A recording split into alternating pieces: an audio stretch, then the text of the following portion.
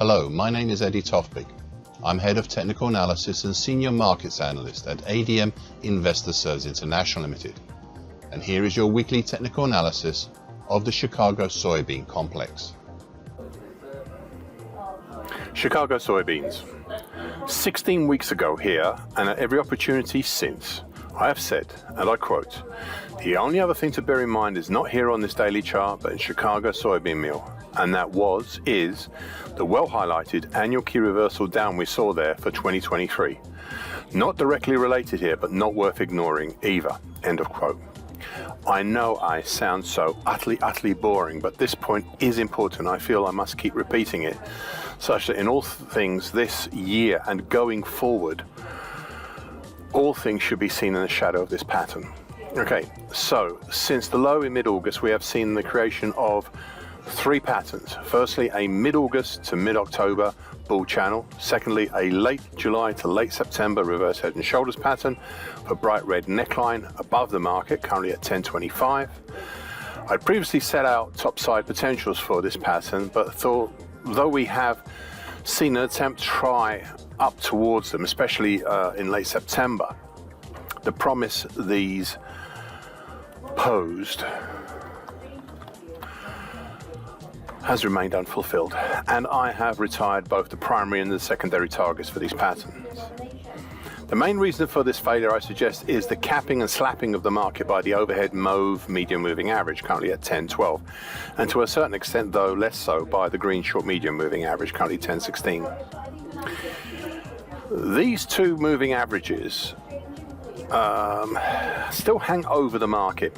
Now, the third pattern is the early July to early October bearish shift pitch, which is highlighted in dark blue on my daily chart. This pattern is still wonderfully operational, still looks good, with the market in between the overhead upper time, currently at 10.23, and the middle time below, currently at 9.27.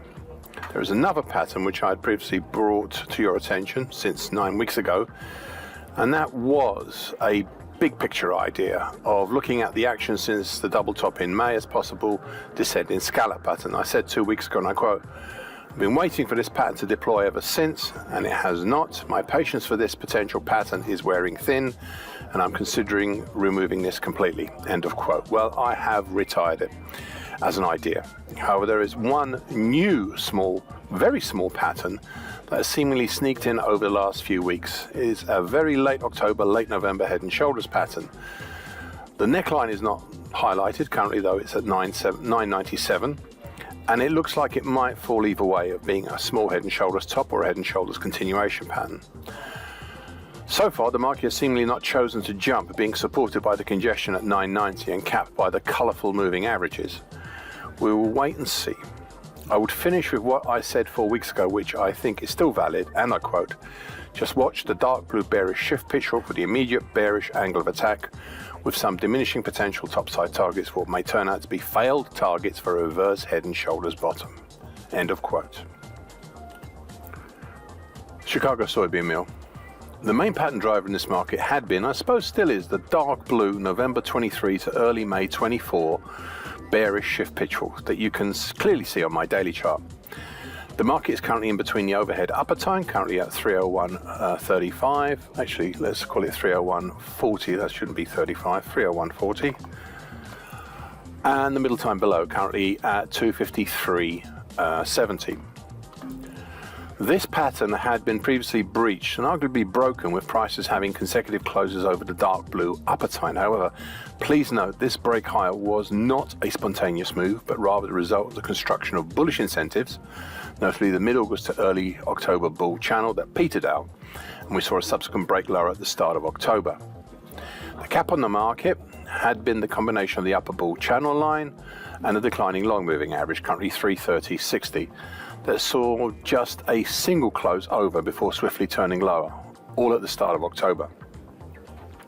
The break below the bull channel saw both the primary and secondary targets achieved.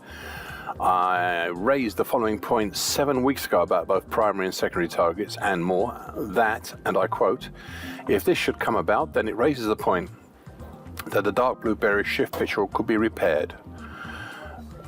have repaired the break higher." I now only need to remind you once again of my words of 67 weeks ago, so that is now 75 weeks ago. And ever since, when I pointed out that Chicago soybean meal was about to have that rarest of patterns, an annual key reversal down. This duly came about at the end of 2023, and we have been living in the shadow of this pattern ever since, end of quote.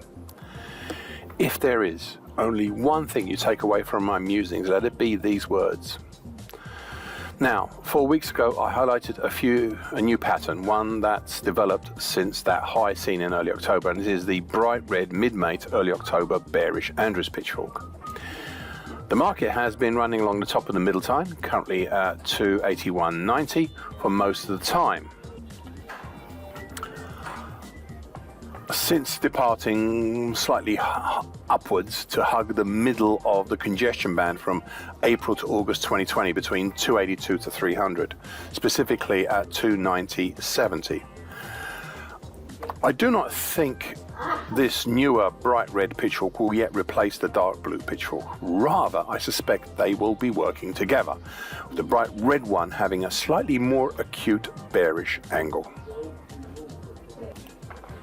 Chicago soybean oil, excuse me. The main recent actions here had been the construction of an early July to late August bear channel, leading to a very late August to early November bull channel, which we saw break higher from in the first full week of November, followed by an almighty dive lower for most of the rest of the month. The igniter for the move lower was the interesting 38.2% Fibonacci line of the March 20 to April 22 move at 48.95, which I pointed out 3 weeks ago, had, and I quote, capped prices in July, the start of April, the end of March, mid-February and throughout January, as well as this past week, end of quote. Now, we did see a small bearish halfway hesitation on the way down between about 44.5, where the long moving average had been back then, which is currently at 44.31, and the 46.5 area, where we saw some highs at the end of October and late July. I suppose you could even call the action over most of November a very narrow head and shoulder swap, but that would be pushing the envelope a little too far. Nevertheless, we saw this bearish halfway hesitation potential reached by a move down to target X down at 42 even 2 weeks ago. Since reaching the target, we have been caught within a previously mentioned congestion zone, but within a specific part of it, in between the supports at 40.53 and 41.15, and the May low at 42.52 and the April low at 42.67. And above all, right now by the declining mauve medium moving average, currently at 42.70. The activity has allowed me to draw a new, prospective, dark blue, bullish Andrews pitchfork for the mid-August to late November move. Prices have been testing in recent days the lower time, currently at 41.35, which, though penetrated, has not been fully breached or anywhere near broken. I would stress that this pitchfork is a very, very early attempt at trying to decipher the bullish angle attack of this market, and I am quite prepared to finesse it into a shallower bullish shift pitchfork for the same move, or even retire it completely, as all this activity hereabouts could just be another bearish hesitation. Thank you for listening. This weekly broadcast gives the essential market patterns and consequences. Please be aware of the risk disclaimer posted both at the front and at the back of this broadcast. Copyright is Eddie Tofpik and ADM Investor Service International Limited. And here comes the final important bit.